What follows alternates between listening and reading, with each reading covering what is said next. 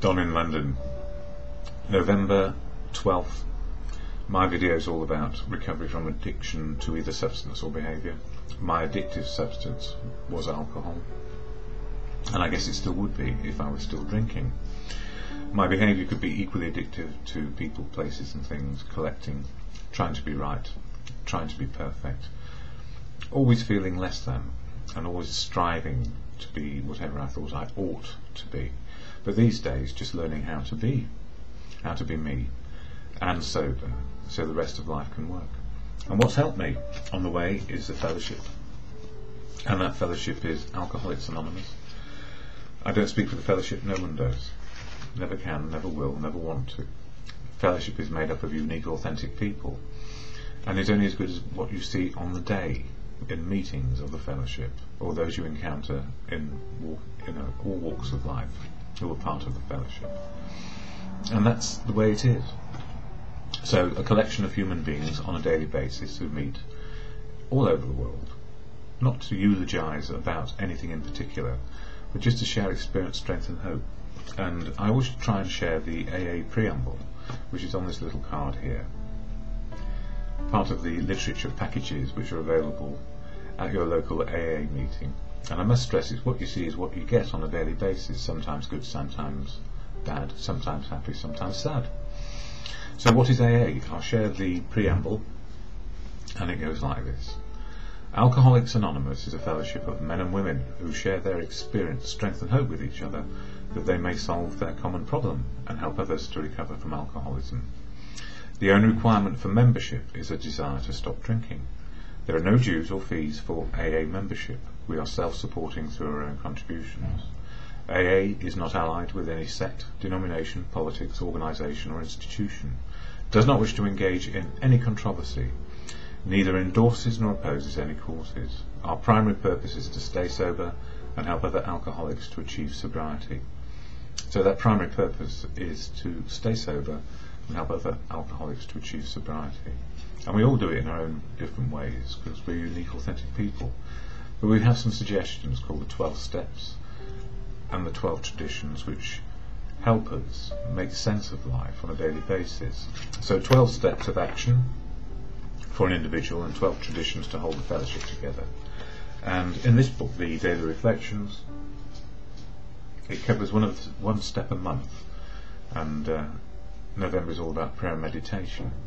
And for anybody who has a healthy skepticism about life and needs to find a way to live, we're all doing that all the time. So faith, courage, confidence, prayer, meditation, it can be an alien world.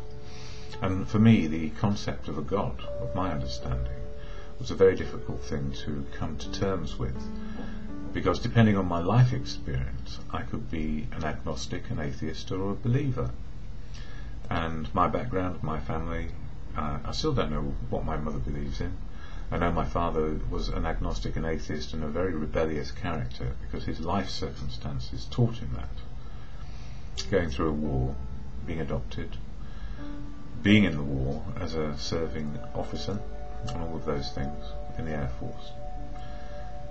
Yes, he came back to a land fit for heroes, he thought, but it wasn't. And he was angry and resentful. And I guess I learned how to do that too. So all my life, up to a certain point when I stopped drinking, was all about trying to find me and how I would fit into the world. And I didn't need to do that. I didn't need to be fearful or putting on a brave face. I just needed to find out what was going on a daily basis and keep it simple. But for a lot of us, we make it complicated. And my complications were, eventually I could not stop drinking. So these days I don't drink. And I still don't know or can define God, other than truth, love and wisdom is in there somewhere. So I have a working understanding of how truth, love and wisdom works in my life. Knowing the truth of what is, not my opinion. Understanding what it's like to be loved and to be able to love back, properly, not properly, but just keep on learning how to.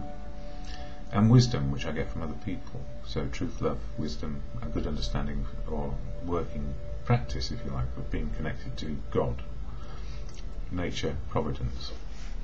So, step 11, prayer and meditation. If we pray and meditate or reflect on our life situation for one day, where are we today, then we have a better chance of free choices based on what is happening around us, reality. So for me, spiritual progress is reality, doing a reality check. So, November 12th. In this book, Daily Reflection, talks about morning thoughts. Ask him in your morning meditation what you can do each day for the man who is still sick. And part of the fellowship philosophy is help another alcoholic and we will stay sober because we're on track, we know what we're doing. For many years I pondered over God's will for me, believing that perhaps a great destiny had been ordained for my life. Yes, and when I looked back at my soul searching in the past, trying to find out who I might have been in a past life, I always turned out to be a slave. After all, having been born into a specific faith, hadn't I been told early that I was chosen? Not in the case of my dad. It finally occurred to me as I considered the above passage that God's will for me was simply that I practice step 12 on a daily basis. 12 being to share how to be sober and find a spiritual path. Furthermore, I realized I should do this to the best of my ability. I soon learned that practice aids me in keeping my life in the context of the day at hand. And it's not practice makes perfect, because the practice of living sober means that every day we experience life as it is, and life is continually changing.